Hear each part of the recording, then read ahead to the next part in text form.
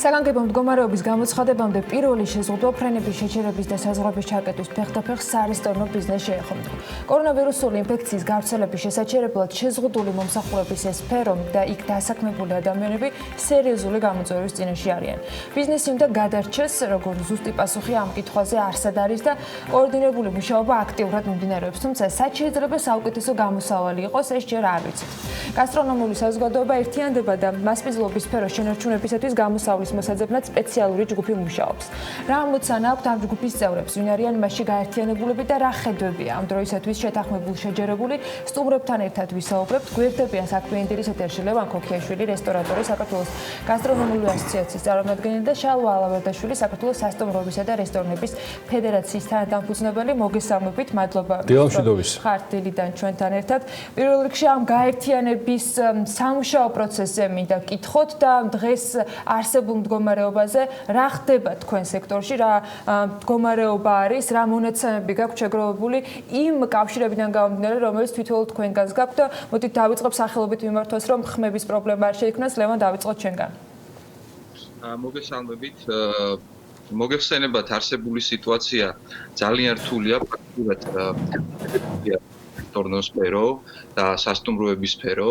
აქედან გამომდინარე, სიმართლე გითხრათ, ანუ აი თუ გინდათ მე და შალვამ გუშინ დავიწყეთ კომუნიკაცია ამ თემებზე და ესე თქვა ჩამოყალიბებული გეგმები არ არსებობს ამ მიმართულებით. არსებობს შალვას ძალიან კარგი ინიციატივა, რომელიც პირველ დღეებში ფაქტიურად ანუ ძალიან კაი შედეგი გამოიღო და მას პირდაპირ ეთერშიც უხდი ძალიან დიდ მადლობას, მაგრამ რა თქმა უნდა, ძალიან ბევრი დაგროვილი პრობლემა არსებობს. მსოფლიოში წამყვანმა ისეთმა ორგანიზაციებმა, როგორიც არის 50 Best, მიშელინის რესტორნების, ასე ვთქვათ, გზამკვლევი და ასე შემდეგ, ხო?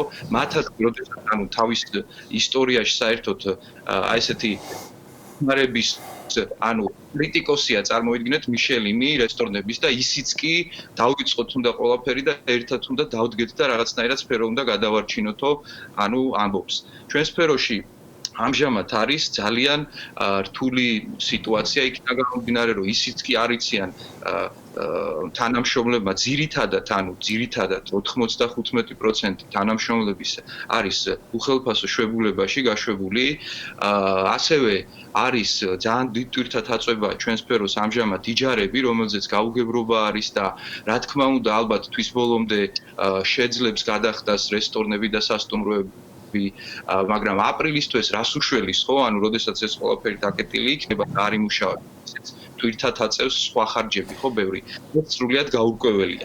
ლევან, როგორც ვიცი, თქვენი სამუშაო ჯგუფის ამ დროის გეგმა არის ის, რომ ჯერ მიზნები იყოს განსაზღვრული, რაზე უნდა მოხდეს ერთგვარი სამოქმედო გეგმა შემუშავებული.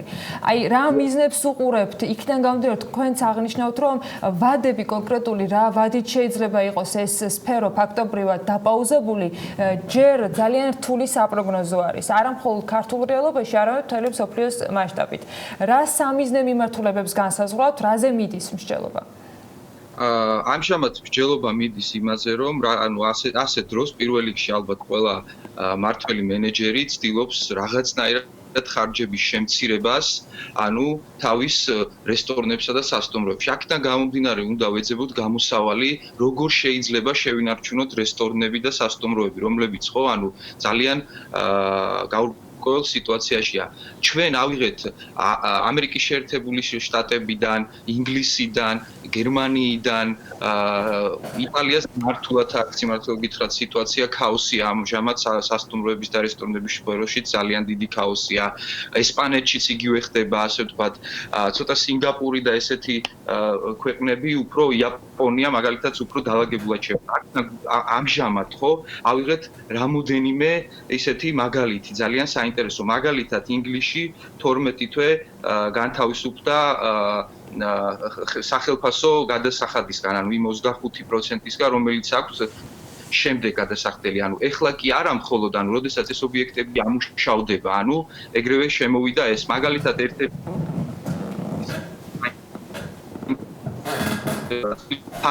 საიგზალად ბუქირება აშვება ან სასამართლოში შეტანა. ანუ სახელმწიფო ეუბნება სფეროში ადამიანებს მეიჯარეს და მოიჯარეს, რომ რამენაირად შეთანხმდით რაღაც პროცესებზე, იმიტომ რომ სასამართლოში წასვლასაც კი არ ექნება არავითარი აზრი, იმდენი ხანი გაიწელება და როდესაც ძირითადად სასტუმროების სფერო არის იჯარით ფართი აღებული, შემდეგ არის სესხი გაკეთებული და არის შექმნილი რესტორანი. ახლა ორი თვეც რო გავიდეს, იმ რესტორნებს უბრალოდ ეს და სასტუმროებს ეს ადამიანები, მფლობელები ვერ გახსნიან და ვეღარ გაიხსნიან. ლევან, ამ სიტუაციაში, ვიდრე შალვასთან გადავინაცვლებთ დილომშვიდობის კიდევ ერთხელ, იყენებთ თუ არა ეგრეთ წოდებულ ფორს-მაჟორის ვითარებას, რაზეც BMG-ზე აქტიურად წერენ საკმაოდ ავტორიტეტული იურისტები. ჩვენ ამასთან დაკავშირებით ხვალიდან უკვე ძალიან აქტიური ჩართვები და მათ შორის კი რესპონდენტები იქნებიან, რომლებიც ამ თემას გამოიყენებენ. გამომდინარე იქიდან, რომ მინიმუმ 1 თვე ეს საკარანტინე ვითარება და ფაქტიურად კარანტინია გამოცხადებული იმ ინდუსტრიაში, სადაც თქვენ ბრძანდებით, უნდა მოხდეს ამ ყველაფრის ცალსახად გათვალისწინება.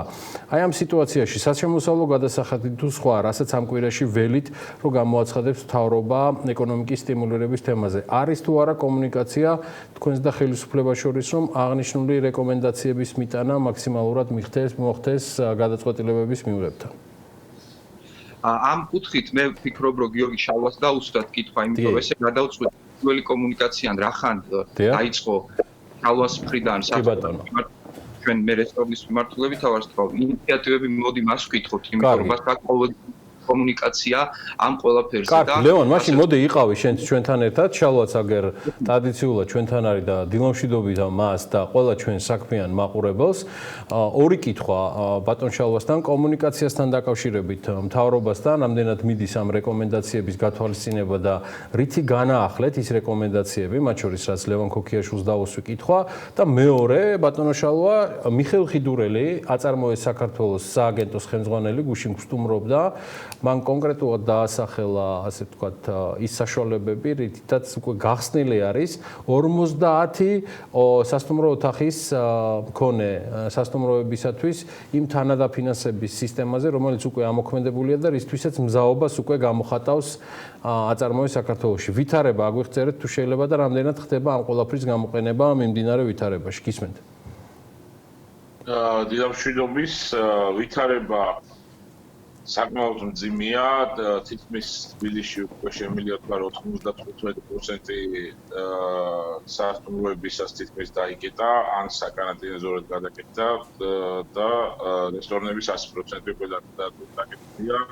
შესაბამისად, საკმაოდ დიდი რაოდენობა პერსონალის არის ამ ჯგუფში უსამსახუროდ დარჩენილი და ჩვენი როგორც აქამდე ვიძახდით, ჩვენი მთავარი ამოცანა იყო პერსონალისთვის სამსახურების შენარჩუნება და შემოსავლის შენარჩუნება. ამისგან და წერილი, რომელსაც ჩვენ მიმართეთ ყველას კარგად გახსოვთ, ერთ-ერთი მთავარი პუნქტი იყო, პირველი პუნქტი იყო დახმარება კომუნალური გადაწყვეტების, რომელიც აგერ ახლა მოვიდა, უკვე 24-მდე ძირითადად წელის და გადასახადის გადახდა უწევს ობიექტებს. შემიძლია თქვა, რომ ძალიან ბევრი ობიექტს უკვე ყოველდღიურად ეთიშება გაზეთად, იმიტომ რომ ფიზიკურად ობიექტები გადახდის უნაროები არიან და ამ ეტაპზე მარტო შემიძლია თქვა, სნოში, სადაც მინუს 10 გრადუსია, ამით გაზი გაიწიშა უკვე და მთელი ობიექტი იმის და მიუხედავად, რომ ობიექტისაც მაინც დაკეტილია, გაზის გარეშე დარჩა და ფიზიკურად ობიექტი ის ობიექტს რომელი პრობლემა შეიქმნება საკმაოდ ბევრი დაზიანების თემა შეიძლება მოხდეს ყიდმიდან შალვა, თქვენი მხრიდან პირველ ეტაპზე იყო გარკვეული გეგმა შეთავაზებული ეკონომიკის ჩვენ შევეცადეთ რომ პერსონალით დროებით გადაგონაწილებინა მაღაზიებში პირველი რა თქმა უნდა პირველი იყო კახური, ვინც ამ ინიციატივას გამოეხმაურა, ხოლო შემდეგ ძალიან ბევრმა მაღაზიისთვის ყველა მაღაზიის ხელმა გამოთქვა მზაობა და მზადყოფნა ამ პროცესში ჩართულიყო და გუშინ მთლიანად შემიძლია ჩაერთო თითქმის სრული სპექტრი სამაღაზიო ქსელების და ძალიან დიდი მადლობა მინდა უთხრას ყველას ამ ჩვენი შალვა, კარფურის თემა და მათი ჩართულობა წინაკვირაში ვიცით, ეს ყველაფერი ახსენით, თქვენი საშუალებით მოხდა ამ ყველაფრის გავრცელება. სახელმწიფო დააკონტრაქტა 40-მდე სასტუმრო, რომელსაც უკვე იყენებს საკარანტინე სივრცეებად. ასევე ხდება დამატებით სასტუმროების გამოყენება. აწარმოეს საქართველოში გახსნილი არის თანადაფინანსების თემა, რომელიც 50 ნომრიანმა სასტუმროებმა მასზევით არ შეიძლება კომერციული ბანკების საშუალებით შეუძლიათ მიმართონ, რომ გადავადება და კი არა და სესხის თანადაფინანსება მოხდეს. რთული ვითარება რომ არის და ჩვენ ქართულ ბიზნესს უფრო შორს და უფრო ღრმად რაც მივდივართ გველის უფრო რთული დღეები ვიცი და თქვენც იცით ეს ყველაფერი, მაგრამ როგორ გამოვდივართ არსებული ვითარებიდან, რა არის რეკომენდაციები და შემდგომი ნაბიჯები, რა არის გადასადგმელი. კომუნიკაცია ვიცი რომ არის ხელისუფლებასთან და რამდენად ეფექტურია ეს ნაბიჯები, რაც იდგმევა. ამ ეტაპისთვის კიდევ ერთხელ მინდა დიდი მადლობა გადავხადო ხელისუფლებას იმ ინიციატივისთვის, რაც გამოხატა და ეს სუბსიდირება, მაგალითად თანადაფინანსება სესხის ძალიან კარგი და ძალიან ბევრ ობიექტს დაეხმარება და უბრალოდ ამ ეტაპისთვის რომ გითხრათ რომ რაღაცა კონკრეტული ნაბიჯების დანახვა ან რა გავაკეთოთ ჩვენ ერთად საერთოდ შევთანხმდით ან რაღაცა სტრატეგიული გეგმა გვაქვს, ვერ გვაქვს საკმაოდ ესეთი ბუნდოვანი სიტუაცია, მე არასოდეს არ მქონია, პირდაპირ შემიძლია თქვა თითქმის არავინ არ იცის როდიდან დავიწყოთ დაგეგმარება, ეს არის ყველაზე რთული ჩვენთვის, რომ კი, პროგნოზი, შალვა, ის თემა არის, რომელსაც ვერავინ ვერ აკეთებს, ვერც მე, ვერც თქვენ და მსოფლიოში დღეს წამყვან ანალიტიკოსებს უჭირთ ამის გაკეთება. მაგალითად, მოდი მოვიყვანოთ კონკრეტული მაგალითი, რისი მინიშნებაც ლევან ქოქიაშვილმა გაგვიკეთა. ეხლა დადგა პრობლემა მაგალითად კომუნალური გადასახადების გადახდისა. აი, ამ პერიოდში იჯარის თემაზე გასავლელია ფორს-მაჟორის თემა, მაგრამ ის რაც ეხება კომუნალურ გადახდებს. რა თემა უნდა იყოს, იმიტომ რომ ეს არის უკვე პერიოდი, როცა სასტუმროში ნაღდი ფული უკვე აღარ შედიოდა და თქვენ დაცლილები ხართ ამ საშუალებისგან.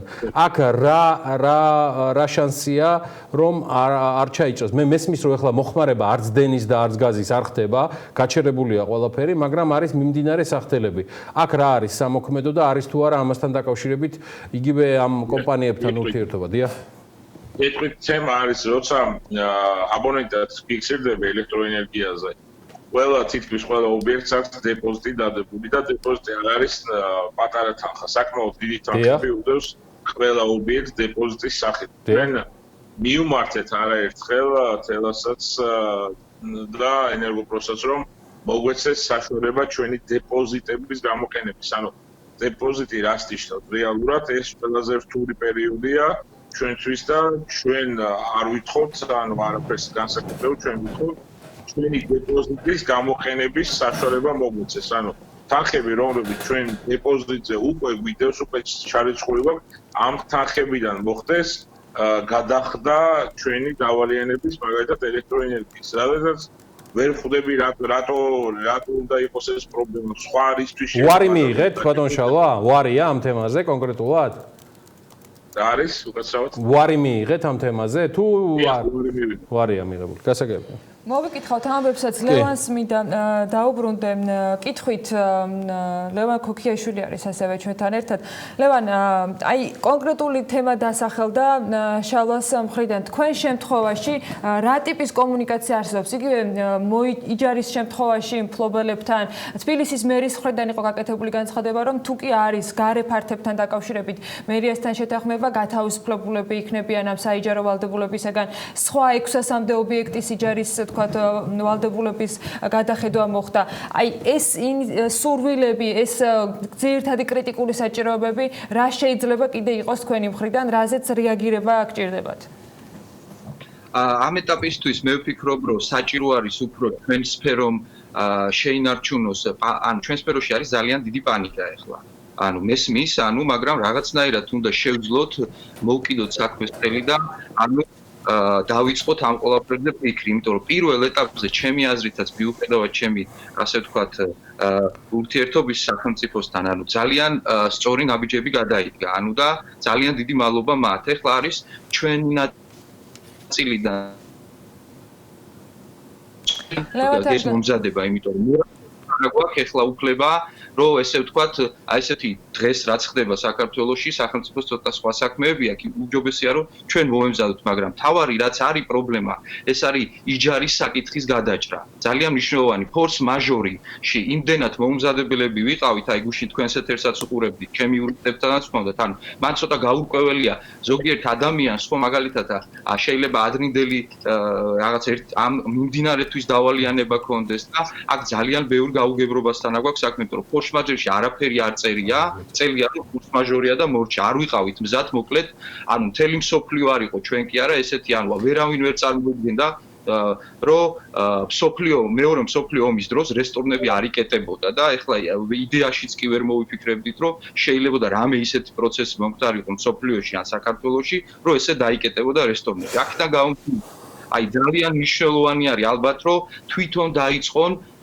მოლაპარაკება, მოიჯარეება და მეიჯარეება. გვესმის, ანუ სიტუაცია რომ, მაგრამ ძალიან მნიშვნელოვანი არის, რომ აი ეს მესიჯი ძალიან მე მაინც გონია რომ ჩვენ დღის განმავლობაში ეთერს მიღმა ჩვენ ისედაც აქტიური კომუნიკაცია გვაქვს სამთავეს უნდა დავილაპარაკოთ იგივე საშუალებით და რაღაცა უფრო წყობრი გზავნილებით უნდა მივმართოთ იმიტომ რომ არის ეს მუდმივი ეტაპები პრობლემა რომელიც დასვა შალვა ალავერდაშვილმა არის თემა ეს ეხება დეპოზიტზე განთავსებული იურიდიული პირების თანხებს რაც არის უნდა იყოს მიმართული კომუნალური თანხების ასე თქვა დაფარვისთვის და ამის გადავადების თემაზე და ლევან ქოქიაშვილი რომელიც ასევე საუბრობდა ფორს მაჟორული ვითარებიდან გამომდინარე და პანდემია, კარანტინი და საგანგებო ვითარება ცალსახად არის ფორს მაჟორი ამაზე მეც ისაუბრებენ იურისტები შემდეგი ეტაპი რაც აუცილებლად უნდა გააკეთოს სასტუმრო ბიზნესმა და ინდუსტრიამ თუ ეს იქნება ზოგადად სამასპინძლო ბიზნესი, ტურიზმის მიმართულების ეს მიმართულება არის,